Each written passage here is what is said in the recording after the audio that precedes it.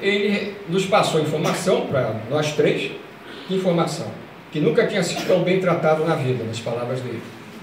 Ou seja, o exército estava tendo uma outra postura nos campos de convivência, com aqueles à frente do caso. Reparem a coisa como é que foi evoluindo, né? Para vocês entenderem o que acontece hoje, né? Do lado da ufologia civil, vamos falar assim, né?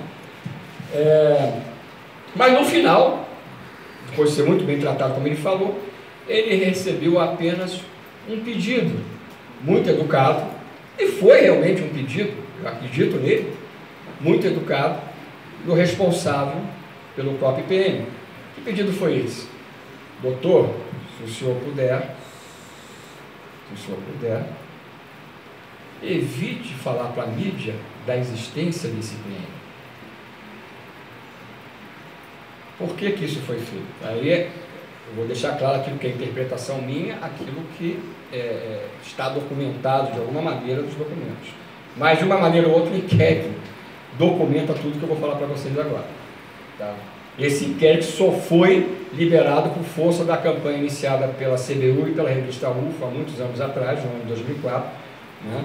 Com um trabalho fenomenal do Fernando Aragão Ramalho, que conseguiu localizar onde estava esse inquérito e conseguimos a liberação. E eu fui a pessoa encarregada de estudar, né? O que fica claro, né? O doutor Birajara Rodrigues realmente decidiu que não havia sentido divulgar a existência do inquérito para a mídia. Esse inquérito acabou atingindo a mídia a nível de informações, a mídia tomou conhecimento dele, né? Tá? Agora, no final das contas, por que o Exército não queria que esse tipo de documento chegasse à mídia, à existência? Porque aí a mídia ia querer acompanhar o inquérito. E se a mídia estivesse acompanhando o inquérito dentro do conhecimento que ela tinha ainda e da lembrança dos fatos reais, como eles tinham acontecido na época, no ano seguinte, o Exército não ia poder, entre aspas, cometer as falhas dentro desse PM que ele cometeu, desvirtuando totalmente a verdadeira história para apoiar a ideia no final de que o ser avistado pela Kátia, pelas suas amigas e por outras pessoas, cidadãos de Varginha, era simplesmente o senhor conhecido como Mudinho, doente mental e deficiente físico, né? No final das contas, o Pacatinha é inocentado, só que o teor do inquérito, ele dá depoimento também, depois. Eu e o Claudio nos oferecemos para ir lá depor. O Exército mandou recado através do doutor Birajara que não seria necessário, tá? E no final, a história que foi colocada para ser esquecida e para justificar a inocência do Pacatinha foi que você, Kátia e suas amigas confundiram aquele que vocês conheciam perfeitamente, né? Havia sido confundido por elas e pelas outras pessoas, mas aí não são mencionadas outras pessoas, na verdade é feita referência como se o caso Varginha fosse apenas o avistamento daquela tarde às 3h30 da tarde, o que não é verdade. Antes dela e das suas companheiras avistarem o ser, no bairro Jardim Adélia, às 3h30 da tarde, um outro ser na parte da manhã, igual já havia sido até capturado pelos bombeiros, né? Para vocês terem uma ideia, e isso eu denunciei também no livro, né? E para vocês terem uma ideia, o livro está protocolado por interesse nosso como denúncia contra o Exército dentro do próprio Ministério da Defesa. Logo que ele foi lançado, a sua primeira edição, a gente fez questão de fazer isso, por orientação até de um amigo pessoal nosso, que depois da minha palestra de lançamento, ele chegou no meu membro também da CBU, o Fernando Pires, e disse para mim o seguinte pessoalmente: olha, depois de ter uma ideia do livro, antes dele ler, pelo que eu falei, né, não usei nenhuma imagem no dia, ele falou: se eu fosse você, eu cuidava de protocolar o livro dentro do MD, né? Por quê? Para que ele não chegue lá por mãos erradas. E a CBU cuidou de fazer isso, né? E a partir disso, não só o Exército recebeu o livro através do Ministério da Defesa para comentar o que eu denunciava, mas a Aeronáutica, também a Marinha e a parte civil do próprio MD também. Próximo, vamos lá, correndo.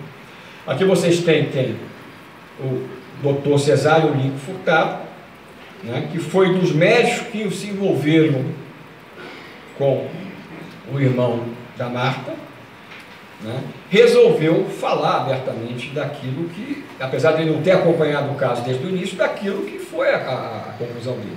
E mais uma foto, infelizmente, do hoje falecido Marco de Xerez. Tá? Próximo, vamos lá. Quando você trata de um assunto desses, com essa gravidade, em que existe morte dos dois lados, isso eu sempre fiz questão de chamar a atenção, tá? Não foi apenas o irmão da Marta que veio a falecer, existe no mínimo o falecimento de um desses seres, no mínimo, tá? É claro que a gente não pode atribuir ao comando da polícia militar da época a morte do Marco de Xerez. Mas, como eu declaro no livro, né, lançado há 3 anos atrás, ouviu, Marta, isso é uma conclusão que a gente não teve a chance de passar para você, mas depois de tudo que o seu irmão passou, de toda aquela agonia que durou quase 1 mês depois do contato de pele que ele teve com a entidade alienígena que ele capturou, que foi quase com toda certeza avistada pela CAT na parte da tarde, tá? O que aconteceu? Vamos imaginar que ele tivesse sobrevivido. Será que ele iria manter sigilo do envolvimento dele com o caso? Então, como está escrito no meu livro, e a gente fala publicamente, isso está sendo gravado, para quem quiser depois usar, é o bel prazer que está sendo gravado aqui, né? A gente assume tudo que faz, vai fazer no futuro e fez no passado em relação a essa história, tá? Em qualquer situação. Uma coisa para mim foi fundamental, algumas coisas foram fundamentais para que eu resolvesse escrever esse livro. E desde 2004 romper com meus antigos companheiros e trilhar um caminho separado daquele processo de acobertamento. Por quê? Ninguém me convidou para ir a Varginha em maio de 96, para começar a participar dessa história toda, para depois participar do acobertamento. Eu não recebi um convite para participar do acobertamento. E acobertar e não usar o inquérito, inclusive como arma, no sentido positivo, para se obter a verdade, né, para mim não tem outro tipo de qualificação. É acobertar justamente um fato fundamental da história do caso. Então, infelizmente, tá? Uma das coisas que a gente fez questão justamente para mostrar o comprometimento nosso que vai até o fim dessa história, esse era o comandante da Polícia Militar, comandante maior do Marco de Xerez. Falando claramente, pelas informações que a gente tem, a Polícia Militar, tipo, como se tivesse lavado as mãos e deixado, infelizmente, apenas nas mãos dos médicos. É claro que os médicos é que cabiam ou caberiam a eles tratar ou buscar a solução do problema do Marco, mas a Polícia Militar, como o Exército, no final das contas, qual era a coisa mais interessante que acontecesse? A morte, infelizmente, do seu irmão, Marta, acabou servindo como mais um ponto nas tentativas para manter o silêncio sobre essa história, porque não sabia o que o próprio seu irmão poderia fazer se escapasse daquela situação que o vitimou. Ela vai detalhar isso daqui a pouco para vocês. Põe o próximo agora, né? Só para ver o que é. Aqui é a revista de 2004, na qual eu comecei a publicar